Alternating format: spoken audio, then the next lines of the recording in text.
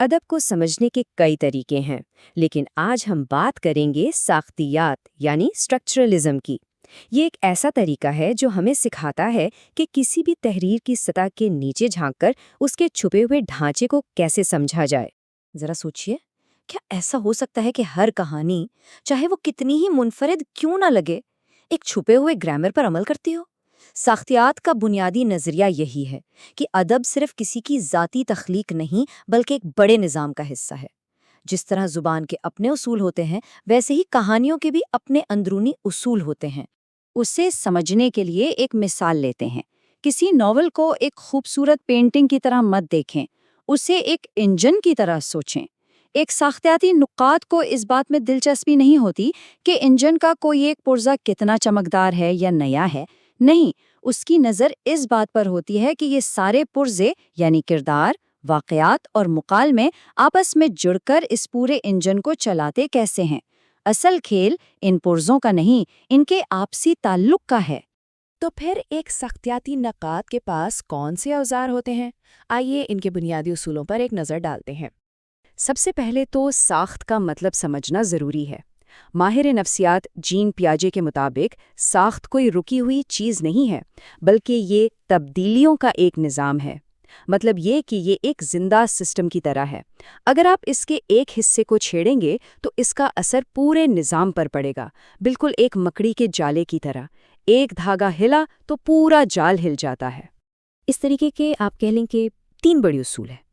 پہلا، چیزیں خود اتنی اہم نہیں جتنا ان کا آپس میں رشتہ ہے۔ دوسرا، تجزیہ یک زمانی ہوتا ہے، یعنی یہ وقت کو ایک جگہ روک کر سسٹم کا ایک سنیپ شاٹ لیتا ہے، نہ کہ اس کی تاریخ بیان کرتا ہے۔ اور تیسرا، جو شاید سب سے دلچسپ ہے، وہ یہ کہ اصل ساخت ہمیشہ سطح کے نیچے چھپی ہوتی ہے اور نقاد کا کام اسے کھوج کر نکالنا ہے۔ اچھا، یہاں یک زمانی اور ارتقائی نظریے کا فرق سمجھنا بہت ضروری ہے۔ ارتقائی نظریہ کہانی کو ایک فلم کی طرح دیکھتا ہے، شروع سے لے کے آخر تک، لیکن ساختیات کیا کرتی ہے؟ وہ ایک تصویر کھینچ لیتی ہے، ایک سنیپ شاٹ۔ وہ وقت کو روک کر اس ایک لمحے میں تمام کرداروں اور واقعات کے آپسی تعلق کا نقشہ بناتی ہے۔ تو اس سب کا مقصد کیا ہے؟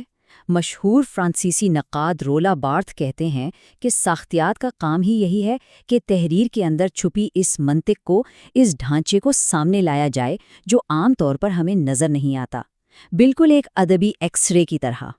سوال یہ ہے کہ ایک نقاد یہ کرتا کیسے ہے؟ رولا بارتھ نے اس کا ایک سیدھا سادہ 2 حصوں میں طریقہ بتایا ہے۔ پہلا قدم ہے تشریح یعنی ڈائسیکشن۔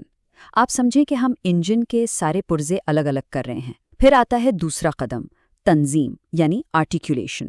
اب ہم یہ سمجھنے کی کوشش کرتے ہیں کہ یہ پرزے ایک دوسرے کے ساتھ جڑ کر آخر کام کیسے کرتے ہیں۔ اچھا، یہ تو ہو گئی ساری تھیوری کی باتیں۔ اب اسے ایک عملی مثال سے سمجھتے ہیں، ٹھیک ہے؟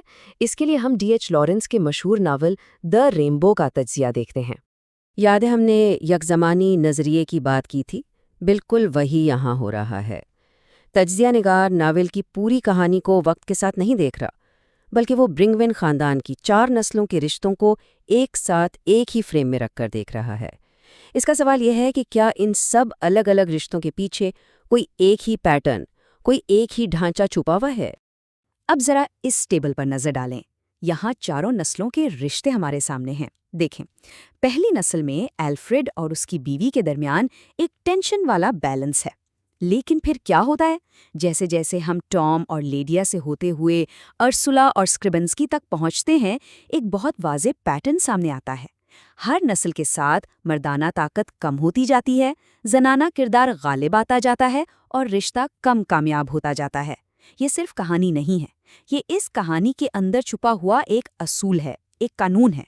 یہ چارٹ اسی پیٹرن کو اور بھی صاف دکھا رہا ہے۔ آپ دیکھ سکتے ہیں کہ کیسے پہلی نسل سے چوتھی نسل تک طاقت کا توازن پوری طرح بدل جاتا ہے۔ یہ ایک منظم سٹیپ بائی سٹیپ تبدیلی ہے جو ناول کے اندر گہرائی میں چل رہی ہے۔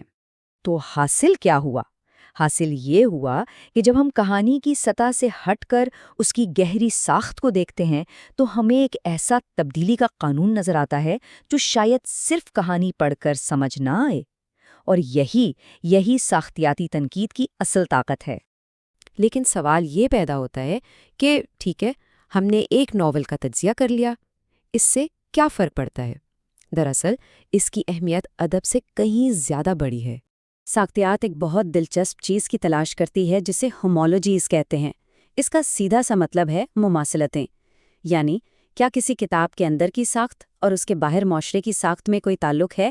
جیسے دی رینبو میں مردانہ طاقت کا زوال صرف ایک کہانی نہیں بلکہ یہ اس وقت کے مغربی معاشرے میں ہونے والی بڑی تبدیلیوں کا عکس ہے۔ اور یہاں سے بات بہت بڑی ہو جاتی ہے۔ ماہر بشریات کلاڈ لیوی اسٹراس کے مطابق ساختیات کا اصل مقصد صرف کہانیاں سمجھنا نہیں ہے بلکہ ان گہرے آفاقی اصولوں تک پہنچنا ہے جو ہمارے ذہنوں کے کام کرنے کے طریقے کو کنٹرول کرتے ہیں، چاہے وہ کہانیوں میں ظاہر ہوں، رسم و رواج میں یا معاشرے میں۔ تو یہ ساری گفتگو ہمیں ایک بہت اہم سوال پر لا کر چھوڑتی ہے۔ ذرا اپنے ارد گرد دیکھیں، وہ فلمیں جو ہم دیکھتے ہیں، وہ خبریں جو ہم سنتے ہیں، ان سب کے پیچھے کون سے چھپے ہوئے ڈھانچے کام کر رہے ہیں؟ وہ کون سے اصول ہیں جو ہمیں بتائے بغیر ہماری سوچ کو شکل دے رہے ہیں؟ ساختیات ہمیں ان سوالات کو پوچھنے کا ایک ذریعہ، ایک ٹول دیتی ہے۔ آج کی ہماری گفتگو کی بنیاد آئزیہ اسمتھسن کا مضمون ساختیات بطور ادبی تنقید کا ایک طریقہ تھا، جسے national council of teachers of English نے جے اسٹور پر شائع کیا ہے۔